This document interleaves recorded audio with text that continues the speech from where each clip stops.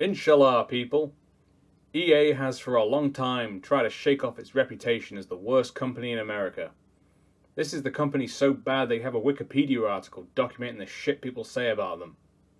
They threw gays in front of the fire of any legitimate criticism they got when they got voted the worst company in America, not once in 2012, but again in 2013. Which is incredible considering Microsoft was sharing some of the heat that year with their disaster of the X-Bone reveal, when Don Mattress told gamers to fuck themselves if they didn't want a spy camera in their goon shed. I'm sure Xbox will never do anything that stupid again.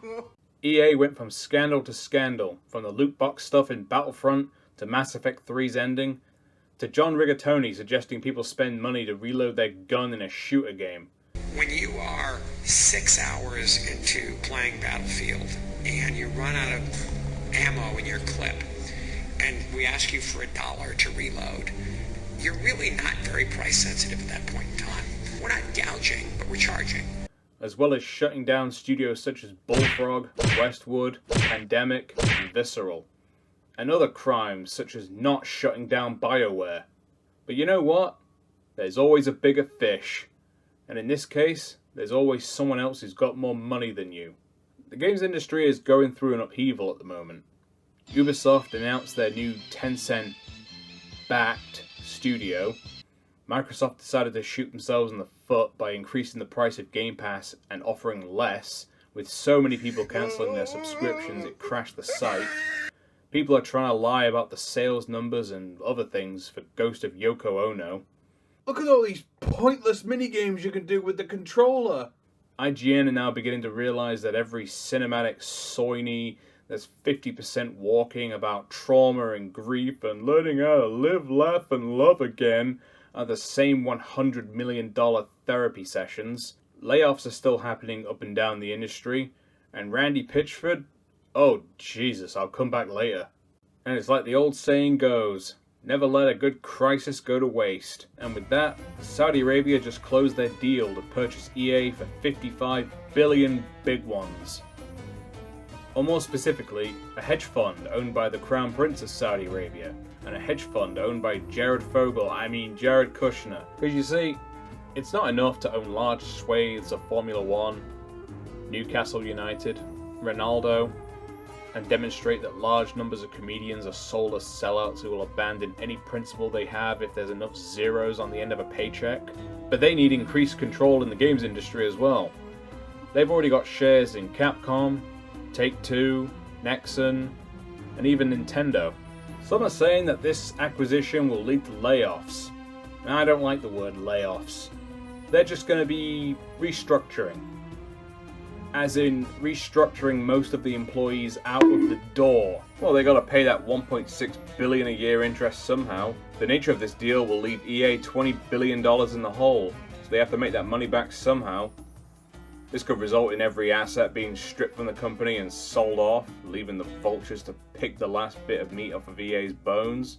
What is for sure is that they won't be able to lose $300 million like Microsoft has on Call of Duty on Game Pass.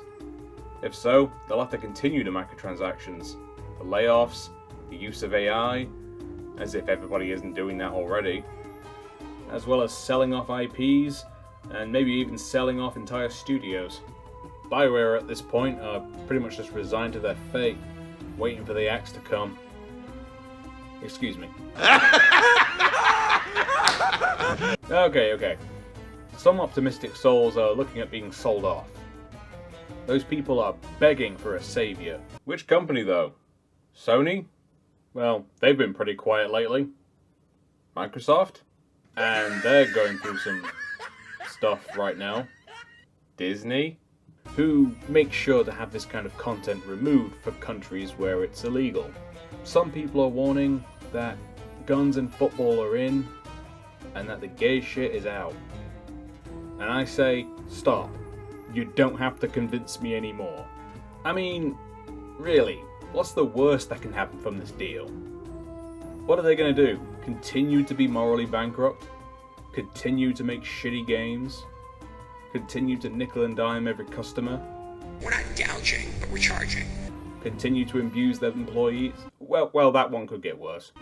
The difference is they might actually be honest about the fact they don't give a fuck.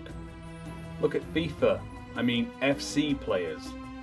They've been buying the same game for decades and welcome the unlubed shaft of microtransactions straight up their chute and begged for more. We're not gouging, but we're charging.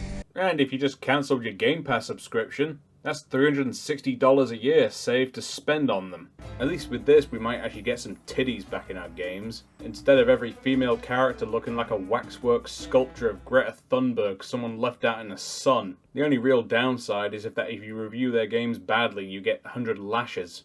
It's ironic though.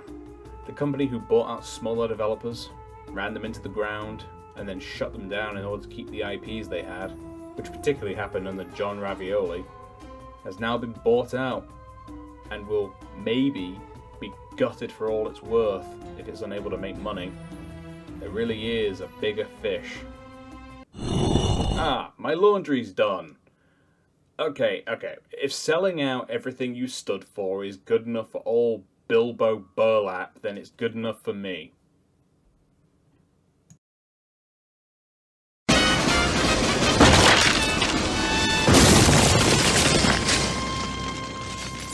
And nothing of value was lost.